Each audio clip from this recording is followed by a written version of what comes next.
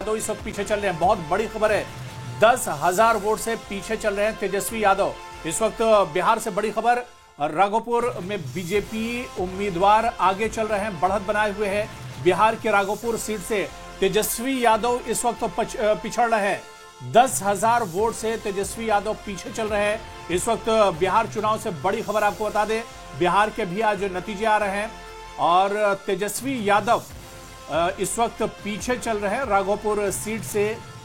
11वें round के बाद आपको बताएं कि 10,000 वोटों से तेजस्वी यादव पीछे चल रहे हैं और यही हाल तेज प्रताप यादव का भी है। तो कुल मिलाकर लालू प्रसाद यादव के दोनों लाल का अब की बार हाल बिहार में ठीक नजर नहीं आ रहा है। 10,000 वोट से पीछे तेजस्वी यादव दिखाई दे रहे हैं। आपको बता दें कि महुआ सीट से तेज प्रताप यादव चौथे स्थान पर चल रहे हैं, जबकि लालू प्रसाद यादव के जो दूसरे बेटे हैं, दूसरे नंबर के आप देखिए, जी हाँ, सतीश कुमार राघोपुर से बीजेपी के उम्मीदवार आगे चल रहे हैं। तेजस्वी इस वक्त पीछे चल रहे हैं। राघोपुर से आरजेडी के तेजस्वी यादव पीछे चल रहे हैं और बीजेपी उम्मीदवार सतीश कुमार यहां से बढ़त बनाए हुए हैं। और ओवरऑल अगर बात करें तो विधानसभा चुनाव की अगर बात करें बिहार के, तो रुझानों में महागठबंधन के सभी दलों को 37 सीटों पर बढ़त मिलती दिखाई दे रही है। तेजस्वी यादव की आरजेडी को 29 सीटें, जबकि कांग्रेस को 5 सीटें और वीआईपी को 0, लेफ्ट को 3 सीटें और आईपी गुप्ता की आईआईपी को 0 सीटें मिलती दिखाई दे रही हैं। लेकिन ये बड़ी तस्वीर इस वक्त आपको दिखा रहे हैं। बिहार की राघोपुर सीट से